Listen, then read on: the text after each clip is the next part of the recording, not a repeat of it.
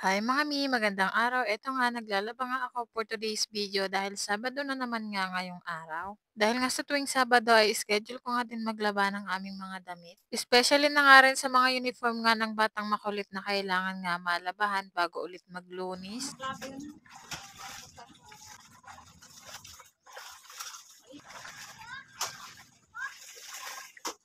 Habang umiikot pa ang aking mga labahin nga sa washing, eto nagluto na nga rin ako ng aming pang-almusal. Naggunisa nga ang ulam namin ngayong almusal at itong kamatis ay ipinainit ko na nga lang dito sa pinagprituhan ko. Galing nga kasi itong kamatis na to sa loob nga ng rep kaya ipinainit ko na dito sa pinagprituhan ko ng langgunisa. Fast forward na nga mga mina, kakain na nga rin kami ng almusal at ito ang batang ito ay nagpresenta nga siyang maghugas ng mga plato. Pinayagan ko din naman siya para na nga rin matuto siya sa mga simpleng gawain sa bahay. Marunong naman na din itong batang 'to sa paghuhugas ng plato basta iga-guide nga lang siya.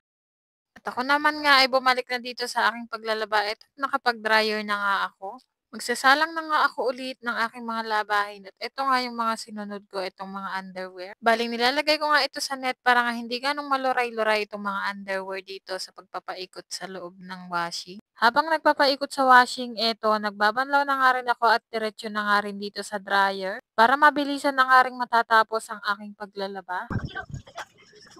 Sa pagsasampay naman mga mi, basta nga may nai-dryer na ako, eh, diretso sampay na 'yan. Hindi ko na nga inaantay na matapos nga lahat bago ko isampay kasi medyo nahihirapan ako 'pag gano'n. Ang teknik ko kasi sa paglalaba mga mi, nakahiwalay nga yung mga damit sa short, kaya naman sa pagsasampay ay maayos at mabilis ko na nga rin itong nagagawa.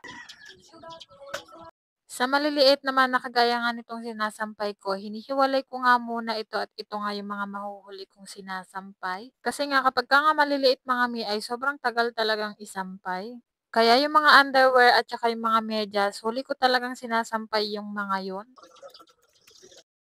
After ko malabahan yung mga damit mga mi, lalabahan ko rin itong mga sapatos ng batang makulit. Pagka nga ako ay naglalaba mga mi, hindi ko na nga rin kinakalimutan na ilaba itong mga sapatos, pati na nga rin yung mga basahan.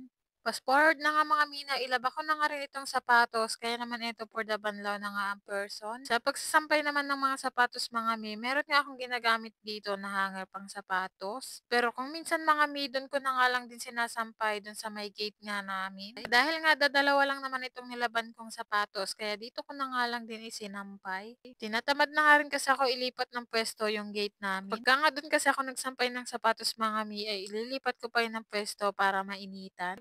So, end lang naman for today. Salamat sa inyong panonood. See you on my next mini vlog.